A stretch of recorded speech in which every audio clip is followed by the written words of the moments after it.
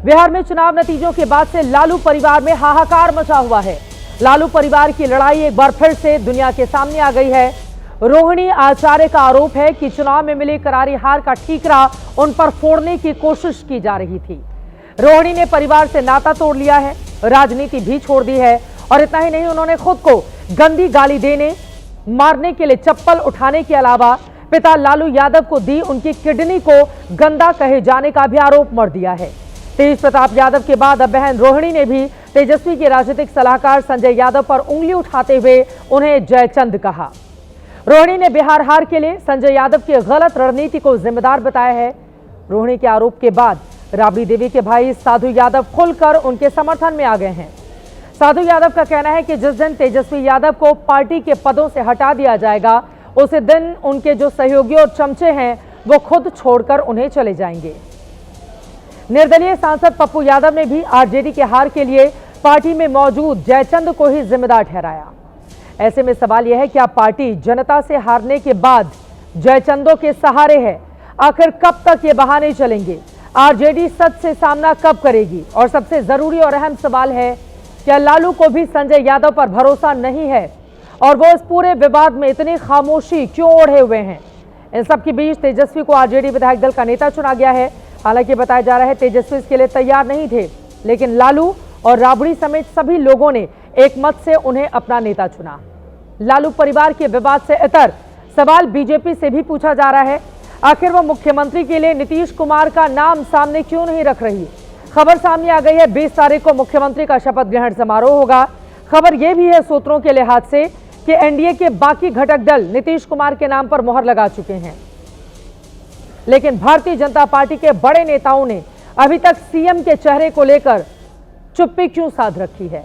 महादंगल में कई ऐसे सवाल हैं जिसको लेकर बड़ी चर्चा करेंगे, लेकिन सबसे पहले नजर डालते हैं लालू परिवार में मचे गदर पर।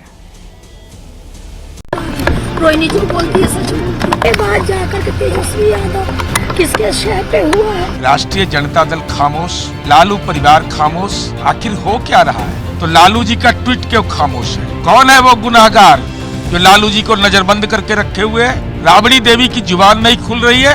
ये परिवार पार्टी दोनों रुक जाएगा, सिर्फ तेजस्वी को पद से बाहर करना है। वो जिस दिन नेता विरोधी दल नहीं बनेगा, वो टेकुआ की तरह सीधा हो जाएगा। और जो लोग साथे रह करके उसको गलत सलत करा रहे हैं, वो लोग घर छोड़ के भाग जाएंगे। उन्होंने जो बोला, ये सवाल उनसे पूछना चाहिए, चाहे लालू जी से जाके पूछना चाहिए। एक बेटी, बिहार की बेटी ऐसी बोलती है, तो अगर सच बात है तो ऐसा आचरण नहीं होना चाहिए। आरजेडी में जयचंद और मान सिंह जैसे लोग, हर लोग चाहते हैं जयचंद और मान सिंह का विदाई। पार्टी और परिवार को बचाने के लिए आदरणीय लालू यादव जी, हम अपने राष्ट्रीय अध्यक्ष और राबड़ी जी से मांग करते हैं कि वो तेजस्वी यादव जी को ही पार्टी से बाहर करें, कि तेजस्वी के अहंकार की वजह से राष्ट्रीय जनता दल की ये दुर्गति हुई है।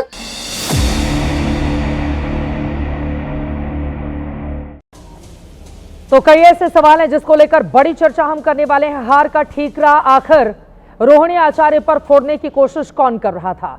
परिवार के बीच मची इस कलह के बीच सबसे बड़ा सवाल यह है कि भविष्य आरजेडी का क्या होगा?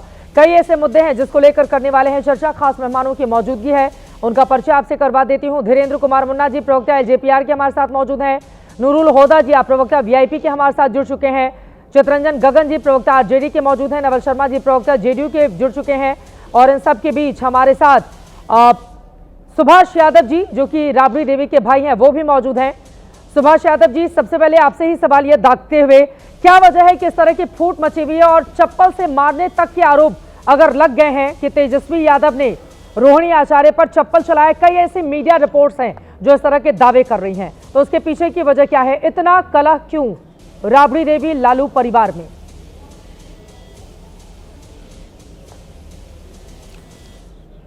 इतना कलह जो हुआ है लालू जी के परिवार में, एक कलह जो है घमंड का कलह है, जिसमें आदमी को आ जाता है कि हम बड़ा हैं, हम बड़ा हैं। जिस तरह आप लोग सुने होंगे जी, जनता के हाथ में वोट है, प्रजातंत्र के हाथ में वोट है, उसको वोट को कहते हैं कि हम 18 तारीख को वोट लेंगे। अरे भाई, जनता वोट नहीं दिया तो वोट कैसे लीजिएगा? आप एक तरह माई बहनी योजना चला रहे हैं और घर की बेटी, घर की बहन को मारा पीटा जा रहा है, भगाया जा रहा है। एक बार नहीं हुआ, ये दूसरी बार घटना घटी। ये पहली घटना नहीं है, ये दूसरी घटना है। बिल्कुल। जब उन्होंने संजय जब अगला सीट पर बैठ गया, उसका उन्होंने विरोध किया, ये वो सीट तो प्रधान के लिए रखा गया है, तुम कैसे बैठ गया? ट्विटर के माध्यम से, जिससे माध्यम से उन्होंने जनता को बतलाने का काम किया। और उसके बाद जब चुनाव प्रक्रिया शुरू होती है, उसमें सिंगापुर से बुलाया जाता है स्पेशली, और फिर बुलाकर घर में रखकर और फिर बेइज्जत किया जाता है। क्या वजह है इसके पीछे की? तेजस्वी का अहम हो गया है। यादव खुद पर पूरा का पूरा आरोप कि हाँ, चुनावी हार अगर हुई है तो मैं ही चेहरा था, मैं ही मुख्यमंत्री बनने के दावे कर रहा था, वो इस बात को स्वीकार नहीं कर रहे हैं। क्योंकि रोहिणी आचार्य ने यह भी आरोप लगाया है सुभाष यादव जी कि जब मैंने हार के लिए सामने वाले को जिम्मेदार ठहराया तो मुझे ही गंदी गाली दी गई और मेरे साथ इस तरह की अभद्रता की गई। असल बात है, आदमी को जिस तरह देहात में कहावत है ना, ये मोती मार लिया गया है। जो हाँ। दिमाग जो काम करता है, वो दिमाग को भ्रष्ट कर दिया गया है। इसी तरह उन्होंने अपने भावना को अपने ऊपर नहीं लेके, अपने मित्र के ऊपर नहीं लेके, बहन और बेटी को वो आरोपित बना रहे हैं। ये चुनाव का ठीकरा उसके मूड़ी पर फोड़ दें। हाँ। उसके मूड़ी पर क्यों फोड़िएगा भाई? आपने टिकट बांटा, आपने टिकट दिया, आपने प्रचार किया, आपने एसआर का विरोध किया, तो गलती तो आपने किया है ना। आप समाज के लिए कोई काम करते नहीं हैं, एकाएक आपने उतर जाते हैं प्रोग्राम में, भाषण देने विधानसभा में, उसके बाद तो जनता के बीच में रहते नहीं हैं। रोहिणी आचार्य ने तो अपनी किडनी भी लालू प्रसाद यादव को दी थी, तब जनता आपको लाइक करेगी। अब उनके ऊपर आरोप लग रहे हैं कि पैसे लेकर का बनाया चीज है और चुनाव लड़ने को लेकर उन्होंने कॉम्प्रोमाइज किया था, पैसे लेकर किडनी दी और गंदी किडनी दे दी, इस तरह के भी आरोप लगाए गए हैं। नहीं, सरासर गलत बात है। और रोहिणी बेटी जो है, आप समझ लीजिए, उसके परिवार में उसका हस्बैंड जो है 12 लाख रुपया महीना कमाते हैं। 12 लाख रुपया कम नहीं हुआ सिंगापुर के लिए, ठीक है ना? बिल्कुल। और उनके परिवार में सभी आदमी अफसर हैं, कोई इनकम टैक्स में है, कोई रेल में है, कोई परिवार उनका भिख मांगा नहीं है, रोड पर नहीं है। इसलिए उनके ऊपर आरोप जो लगाया जा रहा है सरासरी गलत बात है। वो अपने इच्छा से अपना किडनी दी हैं, ना कोई पैसा से बेची है और ना टिकट के वजह से दी हैं। ये तो ऐसा कैसे हो सकता है कि एक बाहरी व्यक्ति जो हरियाणा का रहने वाला हो, वो तेजस्वी यादव की, मान लीजिए अगर करीबी हैं और तेजस्वी उन पर विश्वास कर रहे हैं संजय यादव पर, तो इतनी ज्यादा कलह मचने के पीछे की वजह क्या है? वो सलाहकार हैं, राज्यसभा के सांसद हैं, तेजस्वी यादव उन पर भरोसा करते हैं, वो उनके सबसे भरोसेमंद व्यक्ति हैं, तो उन पर इतना ज्यादा निशाना क्यों साधा जा रहा है सुभाष यादव जी? निशाना बाहरी आदमी घर से बाहर रहता है, ऑफिस में रहता है, घर में नहीं घुसता है। हाँ। अगर रोहिणी है, मीसा हैं, तेज प्रताप हैं, रागनी है, चंदा है, हेमा है, धनु है, ये लक्ष्मी है, ये नौ जो बच्चे हैं, तो उनके नज़र में 9 उनके लिए खास हैं। आज खास करके लालू जी और राबड़ी जी भी खास हैं। जो लालू जी कहेंगे, जो राबड़ी जी कहेंगी, उनके अनुसार उनको चलना चाहिए, एक व्यक्ति विशेष के अनुसार नहीं चलना चाहिए। तो लालू प्रसाद यादव तो चुप है ना? जब आप एक नौकर परिवार में इतना घमासान मचा हुआ है, लालू प्रसाद यादव चुप है। संजय यादव क्या है? संजय यादव नौकर है। नहीं, संजय यादव महीना पर आया था, बहाल होके सैलरी लेके आया था, जो सैलरी पर रहेंगे 1 लाख रुपया महीना पार्टी से लिया जाता था, उसको दिया जाता था। वो मंगनी नहीं आया था। पार्टी में कोई जुड़ता है वर्कर तो उसको महीना नहीं दिया जाता है, बाकी वो सर्विस करने आया था तेजस्वी जी को कंप्यूटर चलाने के लिए, सलाह देने के लिए। समझ गए जी? और कोई वर्कर नहीं है, पार्टी का वर्कर नहीं है, फिर भी ब्लैकमेलिंग करके वो राज्यसभा बन गया। अब क्या ब्लैकमेलिंग किया? ये हरियाणा के आदमी जब जब आता है तो लालू परिवार फंसता है, जैसे प्रेमचंद गुप्ता देखिए, वो लालू जी को फंसा दिया, अब तेजस्वी को ये फंसा दिया, पार्टी को खा गया। आप गंभीर आरोप लगा रहे हैं कि तेजस्वी यादव को ब्लैकमेल करके राज्यसभा सांसदी का पद लिया संजय यादव ने। क्या ब्लैकमेलिंग की गई थी? हाँ, इस सारी बिहार की जनता जानती है, ब्लैकमेलिंग करके क्या आज इसको बनाया गया। क्या जादव हरियाणा के जादव से जरूरत है कि बिहार की जादवों की जरूरत है? बिहार के जादव अगर गरीब बच्चा को बनाते तो बिहार के जादवों ने ताली पीटता। आज इसको तो लोग खोज रहा है, ये अकेले कहीं मिल जाए, अकेले इसको मिल लोग जाएंगे खोज तो रहा क्या है बिहार होगा? के, और कोई कोना में ये अकेले चल संजय जाएगा। यादव अकेले चले जाएंगे तो क्या होगा उनके साथ? क्या होगा इसको जवाब मिल जाएगा। अगर अकेले कहीं चल जाए बिहार के अंदर तो इसको लोग दबाई कर देगा, जादव परिवार लोग। कैसे?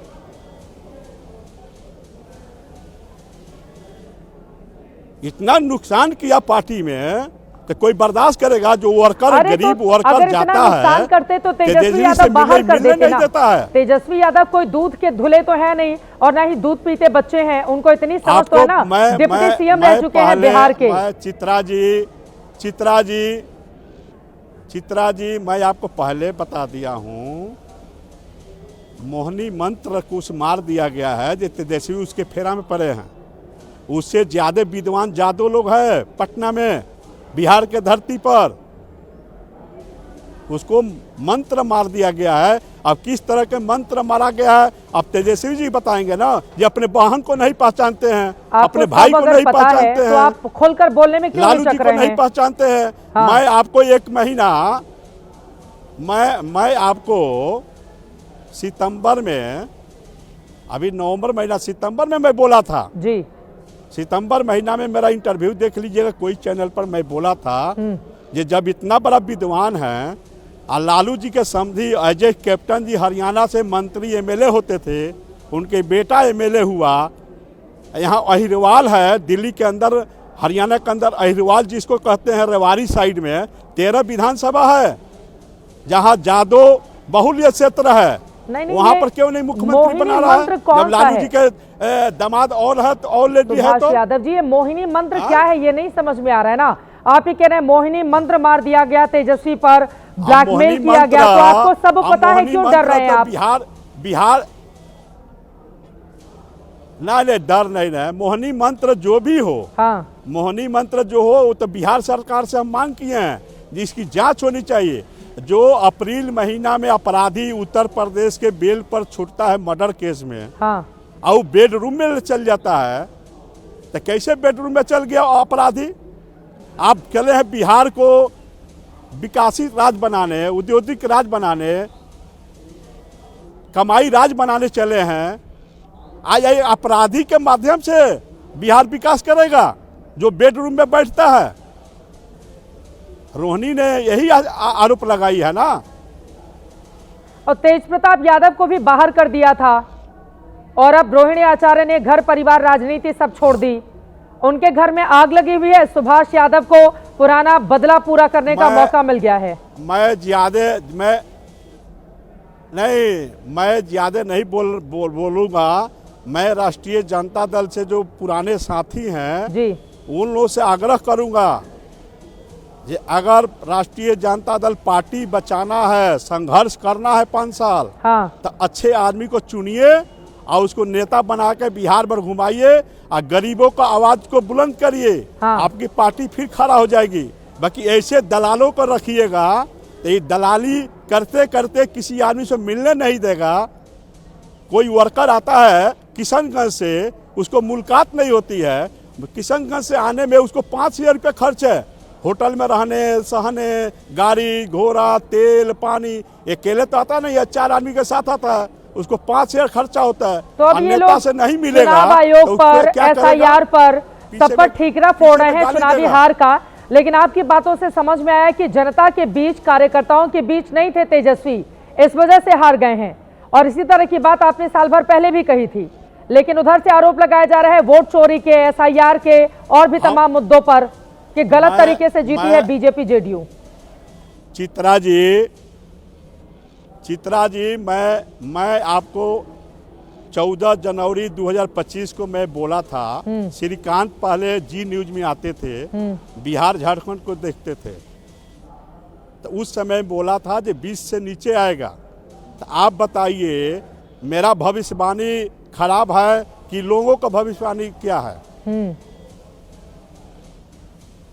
एक आखिरी सवाल अब मैं, क्योंकि आप लालू परिवार में एक वक्त पर आपका कितना दबदबा होता था सुभाष यादव जी, आप सांसद भी रहे हैं उस पार्टी से, और जिस रोहिणी आचार्य की ओर से इतने गंभीर आरोप अपने भाई और उनके साथियों पर लगाए जा रहे हैं, उन्हीं रोहिणी आचार्य की शादी में आपके ऊपर आरोप लगे थे, या आप लोगों ने बकायदा बिहार में तमाम शोरूम से गाड़ियां निकलवा ली थी, पेट्रोल डीजल भरा के, मतलब रोहिणी आचार्य की ही शादी में वो सब कुछ हुआ था ना, जिसको लेकर आज भी लोग डराते हैं, और वो काम आप ही नहीं किया था सुभाष यादव जी। आप रोहिणी को बड़ा मानते रहे हैं शुरू से ही। नहीं, हाँ। सुनिए ना जी। हाँ, हमने 1986 में पटना आया था जी। 86 से मैं लगातार लालू जी के साथ काम किया, नीतीश जी के भी साथ काम किए हैं। हाँ। समझ गए? हाँ। नीतीश जी जो आज दुलारचंद यादव को जो मारा गया, तो दुलारचंद यादव को लालू यादव से कोई संबंध नहीं था। आदरणीय नीतीश जी के कारण दुलारचंद यादव को टाल क्षेत्र से बाहर निकाला गया था। जिनके ऊपर आरोप लग गए वो जेल में भी चले गए। टाल क्षेत्र में वो तो जेल में भी चले गए। मैं ये कह रही हूँ कि आपके ऊपर ही मतलब शोरूम कांड जो हुआ था वो रोहिणी आचार्य की शादी में ही तो हुआ था, और आप ही ने करवाया था सुभाष यादव जी। नहीं, वो बात छोड़िए ना। हाँ, आप बहुत मानते हैं रोहिणी को। अरे मैडम सुनिए, मेरी बात सुनिए ना जी। नहीं, मेरी बात सुनिए ना। दुलारचंद यादव जी का जो आज हत्या हुआ, लालू जी से कोई संबंध नहीं था। 1989 में चुनाव लड़ने में नीतीश जी को परेशानी हो रही थी टाल क्षेत्र में जाने में। नीतीश जी ने हमारे सामने लालू जी को बोला था कि दुलारचंद को बुलाइए और उसको कहिए टाल क्षेत्र में घुमाने के लिए, नहीं तो हम टाल क्षेत्र में नहीं जाएंगे, नहीं जा पाएंगे। तो दुलारचंद यादव हत्याकांड में जो आरोपी हैं वो जेल में है इस समय। लेकिन सुभाष यादव जी, रोहिणी से आपका एक अलग तरह का संबंध है। आप लालू प्रसाद के सभी बच्चों में रोहिणी को ज्यादा मानते हैं। शोरूम कांड आपने करवा दिया था, आपके समर्थकों ने पटना के कई शोरूम से गाड़ियां निकलवा ली थी, और उसके बाद पेट्रोल डीजल सब, तो आप रोहिणी आचार्य को ज्यादा मानते हैं और आप नहीं चाहते हैं कि उनके साथ बदसलूकी। नहीं, हाँ। ऐसा नहीं हुआ था। नहीं, हम लोग दिल के साफ आदमी हैं, ऐसा नहीं हुआ था। लालू जी ने कहा जे कमिश्नर हैं बम्बई में, कमिश्नर इनकम टैक्स राव साहब हैं, कि उनके वीआईपी गेस्ट कुछ आएंगे तो नई गाड़ी रहेगा तो ठीक रहेगा। हाँ। तो हम कहे ठीक है, हम बोलते हैं, बात करते हैं किसी लोगों से। तो एक दो आदमी को हमने बोला कि भाई शोरूम में जाकर बात करें, कोई गाड़ी मिल जाता है तो लोग दे देता है तो अच्छी बात है। तो लोग प्यार से गाड़ी दिया था, जबरदस्ती कोई गाड़ी नहीं दिया। डेमो गाड़ी जो होती है ना, डेमो, अरे आपसे डर के दिया था। 46 गाड़ियां निकलवाई थी आपने शोरूम से। नहीं, कोई डर के नहीं दिया था, डर के देता तो एफआईआर करता निकलवा दिया था। अरे कौन एफआईआर करेगा? ऐसा हाल था ना, डर के दिया था। आज भी एफआईआर कर दे, उसका स्वीकार करेंगे। डेमो गाड़ी दिया जाता है, डेमो गाड़ी हर शोरूम में 8-10 रहता है। ठीक है। अब आखिरी सवाल लालू प्रसाद यादव को क्या बोलना चाहिए? क्या संजय यादव और जिनके ऊपर परिवार के लोगों ने आरोप लगाए हैं उनके बारे में खुलकर लालू यादव को स्टैंड लेना चाहिए? क्योंकि लालू यादव का यकीनन परिवार ही पार्टी है, पार्टी में इतने सारे लोग, और उनके ऊपर अगर गंभीर आरोप लगाए जा रहे हैं तेजस्वी के इतने करीबी संजय यादव पर, स्टैंड क्या लेना चाहिए लालू यादव को, और क्या होना चाहिए वो स्टैंड? लालू जी को किसी अन्य व्यक्ति को नेता विरोधी दल बना के बिहार के अंदर भेजना चाहिए, ये मजबूती से जनता से मिले और उसकी बात को सदन में या सदन से बाहर उठाने का काम करे। मैं यही सलाह दूंगा और ज्यादा कुछ नहीं कहूंगा। एक नाम बता दीजिए, और आपको क्या तेजस्वी यादव में वो योग्यता नहीं लगती है कि वो आरजेडी को लेकर आगे बढ़ पाएंगे? नहीं, मैं नाम कौन, हम वहाँ के विधायक, मैं विधायक नहीं हूँ, विधायक लोग चुनता है ना नेता। हाँ। विधायक लोग चुनता है। मैं सलाह दे सकता हूँ किसी अच्छे आदमी को तो चुन लिया बिहार का दौरा करे और गरीबों को बात को गरीबों को बात करे और गरीबों को आवाज़ को बुलंद करे। ये कोठी या बंगला गाड़ी घोड़ा छोड़ दे, सुविधा लेना और अन्य आदमी को ही दे देना चाहिए। हाँ ठीक है, 5 साल बढ़िया से काम करिए, जनता के क्यों बीच में लगता है रहकर। कि तेजस्वी यादव में वो योग्यता नहीं है कि वो आरजेडी को लेकर आगे जा पाएंगे? इसलिए नहीं है जो 12 बजे उठते हैं। बिहार की जनता 5 बजे सुबह में चाहती है जो हमारा नेता मिले, 10 बजे रात में चाहती है जनता जो हमारा नेता मिले, हमसे बात करे, आमने सामने बात करना चाहती है, दलाल के माध्यम से नहीं। खुला कुर्सी बाहर रख के बात करने की ज़रूरत है, हर पब्लिक से, हर जनता से, तब समस्या हल होगा। और उसका तुरंत फोन फान होना चाहिए, तुरंत काम होना चाहिए। पब्लिक तुरंत चाहती है कि मेरा तुरंत इलाज हो जाए हॉस्पिटल में, तुरंत रेलवे टिकट मिल जाए, तुरंत हमको रिजर्वेशन मिल जाए, ब्लॉक में फोन चल जाए BDO CO को, जहाँ भाई सही तरीका से काम करिए, मेरा पब्लिक फलाना व्यक्ति ने आया है, तेजस्वी और तेज प्रताप यादव में ज्यादा योग्य कौन लगता है सुभाष यादव जी, उन दोनों में से? आज के दिन में तो तेज प्रताप जी जो हैं, आज के दिन में अपने उनके भाषा वोषा सब बदल गया है, रहन सहन सब बदल गया है। तो आपको लगता है कि लालू प्रसाद को जिम्मेदारी सौंप देनी चाहिए तेज प्रताप यादव को? रहन सहन बदल गया। हाँ, ज्यादा समझदारी से काम ले रहे हैं वो। ना मैं ये नहीं चाहूँगा, ना मैं राष्ट्रीय जनता दल के मैं कोई विधायक नहीं हूँ, कोई वर्कर नहीं हूँ। मैं क्यों कहूँगा जब फलाना को बना दीजिए, उनका विचार है, उस किसको बनाएगा वो समझे। बाकी मेरी जो सलाह है, जो काम करने वाला है उसको आप बनाइए। बेटियों में कौन हो सकता है जो जनता के बीच ज्यादा रहता हो? और क्योंकि बेटा बेटी में आज के जमाने में फर्क तो होता नहीं है, ये अलग बात है कि परिवार में अगर चप्पल चलाया जा रहा है बेटी के ऊपर और परिवार का जो मुखिया है वो खामोशी से कुछ बोल नहीं रहा है और बेटी घर छोड़ रही है रोते हुए, अगर बेटियों में किसी को जिम्मेदारी देने की बात आए तो लालू परिवार में कौन है योग्य जो आरजेडी को लेकर आगे बढ़ सकती हैं? अभी तो ऐसा नहीं होगा, अभी तो जो विधायक बन के हैं उसी में चुनना पड़ेगा ना। जो सदन में भी बात कर रखे और गांव में भी बात रखें। ठीक है, चलिए बहुत धन्यवाद सुभाष यादव जी एबीपी न्यूज से जुड़ने के लिए और आज के इस महत्वपूर्ण विषय पर इतनी बातचीत करने के लिए। सुभाष यादव का ये कहना है कि तेजस्वी यादव दोपहर में 12 बजे सोकर उठते हैं, जनता से मुलाकात नहीं करते, बिचौलियों के जरिए वो मुलाकात करते हैं और बिचौलिए इसके लिए पैसा लेते हैं। कई गंभीर आरोप उनकी ओर से लगाए गए हैं। सुभाष यादव राबड़ी देवी के भाई हैं, हालांकि राबड़ी देवी परिवार से उनके अच्छे संबंध नहीं है और जब भी इस तरह की बात आती है तो यकीनन जो सामने प्रतिस्पर्धी होता है उसको मौका भी मिल जाता है। लेकिन अब इस पर विस्तार से चर्चा करने के लिए खास मेहमान जुड़े हुए हैं, उनका परिचय करवा दिया है। के शर्मा जी भी जुड़ चुके हैं। के शर्मा जी, आपसे ही शुरुआत करते हुए, भारतीय जनता पार्टी इतनी क्यों सिंपैथी जता रही है, कभी रोहिणी आचार्य को लेकर तो कभी तेज प्रताप यादव? इन लोगों ने बीजेपी को भी खूब कटघरे में लिया था। रोहिणी आचार्य ने सबसे तीखे हमले भारतीय जनता पार्टी पर किए हैं अपने ट्वीट के माध्यम से। आज आपको बड़ी सिंपैथी हो रही है रोहिणी के साथ जो हुआ उसमें?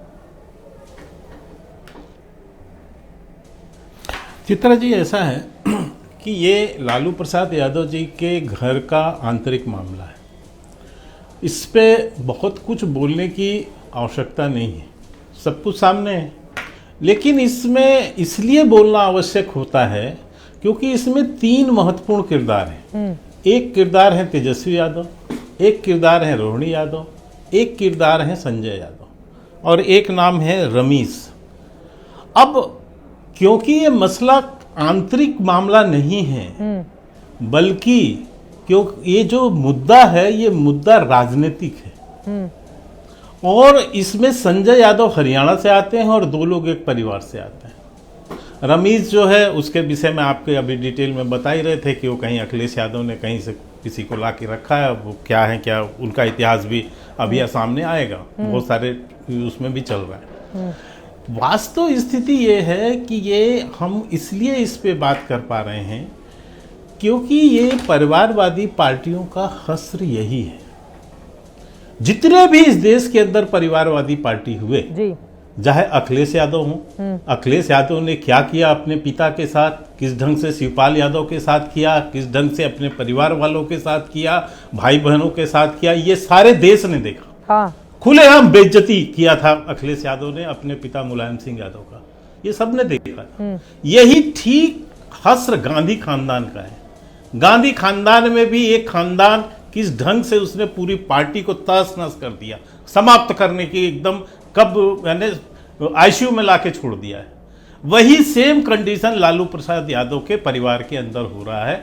पिछले 1.5-2 साल पहले जो घटनाक्रम हुई, चाहे तेज प्रताप को हटाने की बात आई, चाहे उनकी बहू की बात आई, चाहे फिर इसके बाद रोहिणी यादव की बात आई, हाँ। चाहे ये जितने विवाद हैं, तो ये जो परिवारवादी पार्टियां, इनका हस्र इस तरह से राजनीति में समाप्त होते होते का जो चरण होता है वो इसी तरह होता है। ठीक है, हम इसी चीज को आगाह करते रहे कि आपकी प्रायोरिटी बिहार की जनता नहीं है, आपकी प्रायोरिटी आपका घर है, आपका खानदान है, सत्ता चाहिए आपको, बस इसके अलावा कुछ नहीं चाहिए। मैं एक चीज पूछना चाहता हूं कि केवल लालू खानदान के अलावा बिहार में जो है आरजेडी में और कोई नेतृत्व है?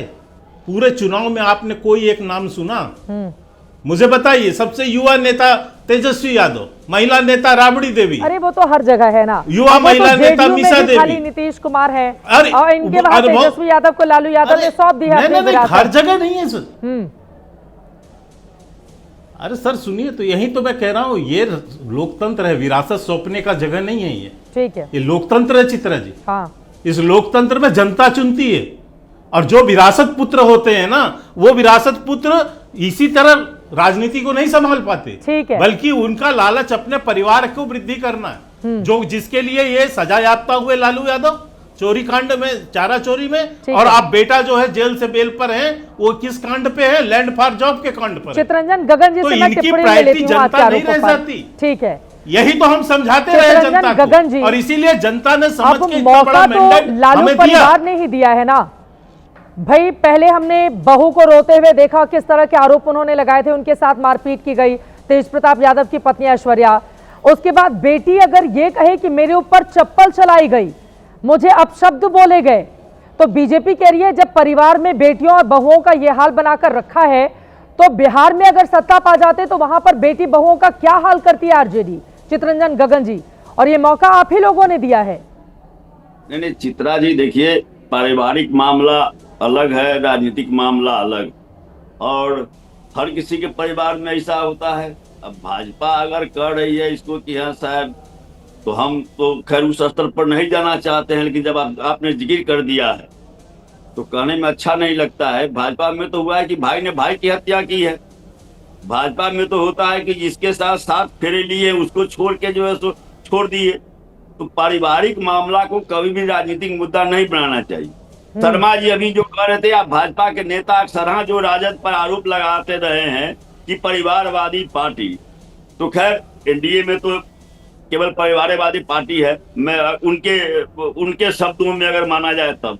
लेकिन देखिए, परिवारवादी पार्टी कोई नहीं होती, और राजद तो स्पष्ट कर दिया, अगर परिवारवादी बात रहती तो आज घर में कुछ अगर जो कुछ भी बातें आ रही है तो उस पर राजनीतिक चर्चा नहीं होती। स्पष्ट करता है कि जो है सो जो इन लोगों का आरोप है वह बिल्कुल निराधार और गलत। अरे इन लोगों के आरोप नहीं है ना। रोहिणी आचार्य, तेजस्वी यादव को किडनी देने वाली लालू यादव की दूसरी बेटी, उनकी ओर से, जिन्होंने छपरा से 2024 में चुनाव लड़ा था, बीजेपी के आरोप नहीं है, वो खुद आरोप लगा रही हैं, और रोते हुए वो घर से बाहर निकली, वो मीडिया में आकर बयान दे रही हैं। इसके लिए बीजेपी थोड़े ना दोषी हो गई? चित्ररंजन गगन जी, मैं जवाब दे रहा हूँ। देखिए, जब कोई चुनाव होता है, कोई जब हारता है तो कई तरह के आरोप लगाए जाते हैं। हाँ, जीत जाता है तो सारे आरोप छन हो जाते हैं या पर्दा के पीछे चला जाता है। आज एनडीए बहुमत में आ गई है, किसी ने यह चर्चा नहीं किया कि हाँ साहब इलेक्शन कमीशन ने सारे नियम कायदे को ताक पर रख दिया।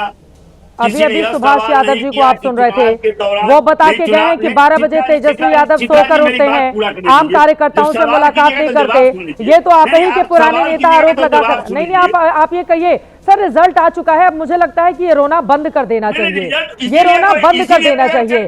2010 में भी आप लोगों की बुरी हार हुई थी, उस समय तो SIR नहीं था, उस समय तो वो ये बूथ लूट और पता नहीं क्या क्या आरोप नहीं थे। सर इसके पहले भी आप बुरी हार चुके हैं। दूसरे प्रदेशों से अब नरेंद्र मोदी को आप हरा नहीं पा रहे हैं तो चुनाव आयोग को आप निशाने पर लेते रहिए। नहीं उठा है हाँ। कि इलेक्शन कमीशन ने बड़े पैमाने पर धांधली किया, चाहे वो जो है सो EVM के माध्यम से किया हो या SIR के माध्यम से किया हो। हाँ। चर्चा इसीलिए हो रही है हाँ। कि जो है सो आम चुनाव चल रहा था, जबकि पहले 6 राज्यों में 10 ऐसी योजनाओं पर रोक लगा दिया गया था और बिहार में चुनाव हो रहा है और महिलाओं के खाते में 10 लाख रुपए जा रहे हैं। कह रही है कि हार का ठेकरा मेरे ऊपर फोड़ा गया, मुझे गंदी गंदी गालियां दी गई। रोहिणी के ये आरोप है मारने के लिए चप्पल उठाई गई और आप कह रहे हैं SIR इसके लिए दोषी है।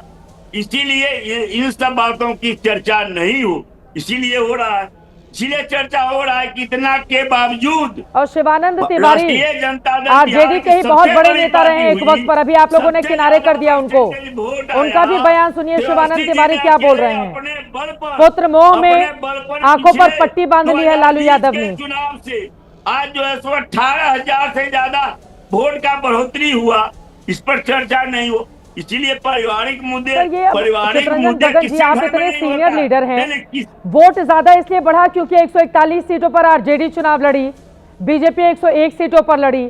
2018 में मध्य प्रदेश में भी ऐसा हुआ था जब 47,000 वोट शिवराज सिंह चौहान के ज्यादा थे, लेकिन सीटें ज्यादा आई थी कमलनाथ की, तो कांग्रेस पार्टी की सरकार बनी। सर आप लोग जब फैक्ट के साथ बात किया करिए ना, कहाँ आप घुमा कर लाते हैं कि वोट ज्यादा मिला बीजेपी कैसे नंबर 1 पार्टी हो गई। सर ये तो बेसिक है ना, बहुत ये तो बहुत बेसिक है। कितने आप इतने बड़े नेता हैं, आप इतनी हल्की बातें कर रहे हैं। नहीं चित्रा जी जो हकीकत है तो मैं कह रहा हूं, तो वही हकीकत मैंने आपको आईना दिखाया।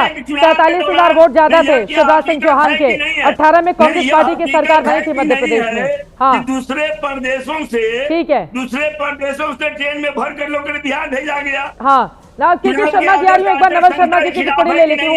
धीरेन्द्र मुन्ना नूरुल होदा जी भी हमारे साथ हैं। नवल शर्मा जी महिलाओं के खाते में बात कहना चाहता हूँ, खाते में पैसा जो डाल दिया आप लोगों ने, खरीद लिया वोट। नवल शर्मा जी ये चर्चा रुपया दिए जाएंगे, हाँ वैसे 1,80,000 महिलाओं को मैं इतना ये कहना चाहता हूँ चित्ररंजन जी को, चित्रा जी कि आपके ये तीनों किरदार जो हैं राजनीति में समान रूप से इन्वॉल्व हैं।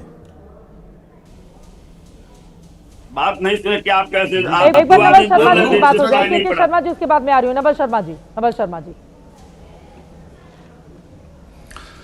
जी देखिए चित्रा जी, इतनी दयनीय और इतनी बड़ी हार के बाद भी यदि राष्ट्रीय जनता दल के प्रवक्ता आत्ममंथन करने के बजाय झूठ मूठ EVM का रोना रो रहे हैं, तब भगवान ही मालिक है इनका। दूसरी बात है कि अभी ये चित्ररंजन गगन जी बता रहे थे चित्रा जी कि ये मेरा प्राइवेट मामला है, पारिवारिक मामला है। ये पारिवारिक मामला कैसे हो गया? चित्रा जी देखिए, सार्वजनिक जीवन की कुछ बंदिशें होती हैं, सार्वजनिक जीवन के जो भी निर्णय होते हैं वह सार्वजनिक होते हैं। तो ऐसे में आप चुनकर अपने हिसाब से मामले की व्याख्या कैसे कर सकते हैं? आपका पूरा परिवार, लालू जी का पूरा परिवार राजनीतिक लाभ ले रहा है, सारे लोग चुनावी राजनीति का हिस्सा रहे हैं या हैं, सारे लोग जो है वो महत्वपूर्ण पदों पर रह चुके हैं। तो ऐसी स्थिति में आम जनता नेताओं की जीवन शैली का अनुकरण करती है। तो तेजस्वी यादव जी अपने आचरण के जरिए बिहार को क्या संदेश देना चाहते हैं? जिस बेटी ने किडनी देकर अपने मरते हुए पिता की जान बचाई हो, उस बेटी को परिवार का कोई व्यक्ति उसके सह पर बाहर का कोई जयचंद चप्पल मारकर घर से बाहर निकाल दे, त्याग की प्रतिमूर्ति बेटी को, यह कितना बड़ा अन्याय है। मान्यवर तेजस्वी यादव जी, आप बिहार के मतदाताओं को क्या संदेश देना चाहते हैं? आप अपने उन वोटरों को क्या संदेश देना चाहते हैं जिन्होंने आपको वोट दिया है? मैं तो सीधे सीधे पूछूंगा कि जिन मतदाताओं ने आपको वोट दिया है वो ठगे महसूस कर रहे हैं कि मैंने कैसे संस्कारहीन नेता पर दाव लगाया। ये तो संस्कारहीनता की पराकाष्ठा है। सारे आपके वोटर देखकर हैरत में हैं। हमारी बात छोड़िए, हम तो विपक्ष में हैं। आपका अपना मतदाता वर्ग यह देखकर हैरत में है कि मैंने कैसे संस्कारहीन नेता पर दाव लगाया जो 12 बजे सोकर दिन में उठता है, जैसा अभी सुभाष यादव जी बता रहे थे।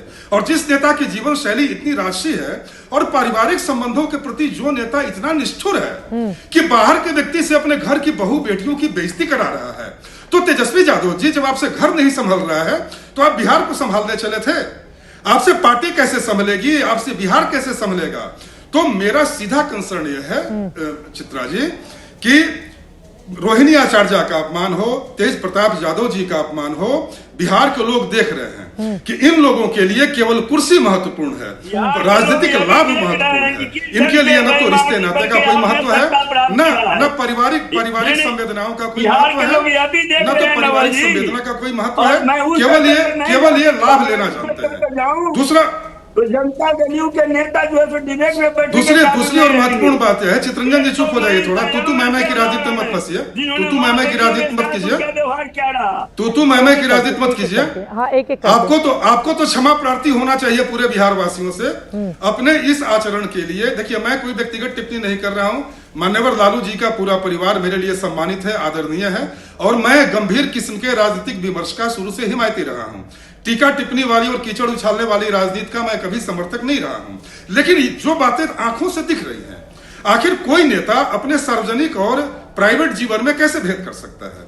यदि आप सार्वजनिक जीवन में हैं, तो सार्वजनिक जीवन की जो रवायत होती है, जो बंदिशें होती हैं, उनका तो आपको पालन करना पड़ेगा, क्योंकि सामान्य लोग आप ही को देखते हैं और आपका अनुकरण करते हैं। और ऐसा पहले कभी देखने को नहीं मिला। 2014 में भारतीय जनता पार्टी से नीतीश कुमार की पार्टी बुरी तरह से हारी थी। 40 लोकसभा में 2 सीटें मिली थी। नीतीश कुमार ने इस्तीफा दे दिया था। SIR पर, वोट चोरी पर, इस पर उस पर जाकर ठीकरा नहीं मढ़ा था। लेकिन आज की परिस्थिति बिल्कुल पलट गई है। आप जनता के बीच रहेंगे नहीं, और बाद में जब चुनाव हार जाएंगे उसके बाद आप ठीकरा फोड़ देंगे कि SIR और वोट चोरी ही इसके लिए जिम्मेदार है और चुनाव आयोग। अरे सर, अब रहने दीजिए, जनता भी समझ रही है, जनता भी समझ रही है। नीतीश कुमार हारे थे ना, उन्होंने इस्तीफा दे दिया था नैतिकता के आधार पर। मुख्यमंत्री पद से आप जरा सोचिए कितनी बड़ी लकीर उन्होंने खींची थी। इस वजह से जनता उनको बार बार चुनती है ना, कि नैतिकता के पैमाने पर वो अपनी बातों को उस तरह से करते हैं। लेकिन धीरेन्द्र मुन्ना जी, मैं आपके पास आऊंगी और उसके बाद नूरुल हुदा जी आपके पास। धीरेन्द्र मुन्ना जी, आपके खुद के नेता ने कहा है उनका ये पारिवारिक मामला है, जल्द ही मामला सुलझा लिया जाए, फिर उसको राजनीति में लाने की क्या जरूरत है? धीरेन्द्र मुन्ना जी, आप लोग क्यों कह रहे हैं कि नहीं परिवार में ऐसा हो रहा है बेटी और बहू के साथ, तो फिर न जाने ये लोग बिहार की बेटियों और बहुओं के साथ क्या करते सत्ता में आ जाते? तो ये डर क्यों दिखाया जा रहा है धीरेन्द्र जी? डर चित्रा जी, देखिए, सबसे पहले रोहिणी जी खुद राजनीतिक जीवन में है, सभी परिवार राजनीतिक जीवन में है, सार्वजनिक जीवन उनका अपना कुछ प्राइवेट नहीं होता है, लेकिन बावजूद इसके अगर उन्होंने अपने एक सैंडल से पोस्ट किया है, तो जिस बेटी ने अगर इस तरह का त्याग किया है अपने पिता के लिए, तो ये रियली पूजनीय है, चरण वंदनीय है। और मुझे लगता है कि इन सब चीज़ों का अभी वक्त नहीं है। बिहार में नई सरकार मजबूती से बन रही है, आइए ना चर्चा इस पे करते हैं। पूरा बिहार झूम रहा है, लालू जी का भी परिवार आनंद लेगा विकसित बिहार में। हाँ, तो 20 तारीख को नीतीश कुमार शपथ ले रहे हैं, यही बता दीजिए। कहीं कमियां रही है। अब बीजेपी तो बोल नहीं रही है कि नीतीश CM पद की शपथ लेने 20 तारीख को जा रहे हैं, आप ही बोल दीजिए, इसी पर चर्चा कर लेते हैं। हमारे मनोज तिवारी जी ने तो गाया ही था आप ही के चैनल पर कि हाँ जी हम बिहारी हैं, थोड़े संस्कारी हैं। तो अब हम लोग इतने अच्छे लोग हैं कि अब उस परिवार में भी सुख शांति आ जाए, प्रभु से यही कामना करेंगे। और कमियां जब कहीं आती हैं तो इस तरह की चीजें होती है, खुद आपस में लोग बैठ के तय करेंगे। परिवार के लोग हैं और बिहार का एक एक परिवार 14 करोड़ लोग में आदरणीय लालू प्रसाद जी का भी परिवार आता है। सभी लोगों को हम लोग अच्छा रखने का प्रयास करेंगे। हाँ। ये NDA की सरकार है और हम बता रहे हैं कि बहुत ही शानदार बिहार का विकास होने वाला है और सब लोग टकटकी निगाह करके देख रहे हैं, उसमें उनके परिवार के लोग भी हैं। देखिए, तेज प्रताप यादव जी ने भी शुभकामनाएं दी है, टोपी का रंग उन्होंने बदला है, विचार बदले हैं, इन्हीं के नेता भी। उनके मामा सुभाष जी को आपने लिया था लाइन पे, कह रहे थे कि उनका रहन सहन, बोल चाल, आचार विचार सब बदला है। तो बदलाव तो देखिए कि एक एक व्यक्ति हो रहा है। लालू परिवार अगर बदल रहे हैं तो ये आखिरी होगा। और मैं तो सलाह दूंगा कि एक एक व्यक्ति को आदरणीय मोदी जी, नीतीश जी, चिराग जी, इन लोगों का अनुसरण करना चाहिए। जनता भी उनको सम्मान देना प्रारंभ कर देगी। परिवार में एक दूसरे का पहले सम्मान करें लोग, उसके बाद बिहार के लोग सब इनको सम्मान करेंगे। नूरुल हुदा जी, बिहार में बहुत जल्दी लालू परिवार का झगड़ा VIP कैसे देख रही है? चित्रा जी, कहते हैं ना कि Who needs a soap opera when you have a family? तो जब आपके पास फैमिली है तो किसी सोप ओपेरा की क्या ज़रूरत है? मैं तो सहयोगी पार्टी का सदस्य हूँ, इसलिए मतलब ये मेरा आचरण नहीं है कि अपने किसी जो है मतलब अपने जिसको कहते हैं अपने गठबंधन के किसी साथी के ऊपर कोई व्यक्तिगत टीका टिप्पणी की जाए। फैमिली फ्यूड में अब मुझे ये समझ में नहीं आ रहा है कि मीडिया और जो बिहार के बीजेपी के जो बड़े बड़े नेतागण हैं और बीजेपी के जो ट्विटर हैंडल है वो सब इतना क्यों सक्रिय है। भाई परिवार है, परिवार डिसफंक्शनल होने के लिए you need more than 1 person. आप एक से ज्यादा आदमी किसी भी परिवार में हो, कहीं भी हो, फैमिली फ्यूड तो ये हमारे आपके सबके जगह होता है। देखिए success has many father, failure has none. अगर आज आरजेडी और हमारा कॉम्बिनेशन फेल हुआ है तो वी हैव टू इंट्रोस्पेक्ट, हमें देखना होगा ना कि हम कहाँ फेल हुए। अब आप अभी इसको व्यक्तिगत मुद्दा और परिवार का मुद्दा और रोहिणी बेटी का मसला और लालू जी के फैमिली में क्या चल रहा है, परिवार का वक्त कम है। कल इस पर जरूर आपसे नए सिरे से चर्चा करेंगे। आपसे मैंने बहुत आपको कम वक्त दिया, लेकिन जब कोई सामान्य परिवार होता ना तो शायद इतनी चर्चा नहीं हो रही होती। जिस घर में 2 पूर्व मुख्यमंत्री हों, एक पूर्व डिप्टी सीएम हो, आरजेडी जो एक वक्त पर इतनी बड़ी पार्टी हो, उसके परिवार में अगर बेटी की ओर से आरोप लगाया जाएगा कि हार का ठीकरा मेरे ऊपर फोड़ा जा रहा था, मेरे ऊपर चप्पल मारी जा रही थी, तो फिर उस राजनीतिक परिवार की चर्चा करना बेहद जरूरी हो जाता है, क्योंकि उसी के जरिए उस परिवार का चरित्र सामने आएगा जिसने बड़े बड़े वायदे किए थे महिलाओं के लिए, बहनों के लिए और सपने भी दिखाए थे। लेकिन हाँ, ये सही बात है, पारिवारिक मामला है, लेकिन रोहिणी आचार्य के आरोप बेहद गंभीर। अब आगे किसके ऊपर फूटेगा ठीकरा, क्योंकि अब 25 सीटों पर आज सिमटी है आरजेडी।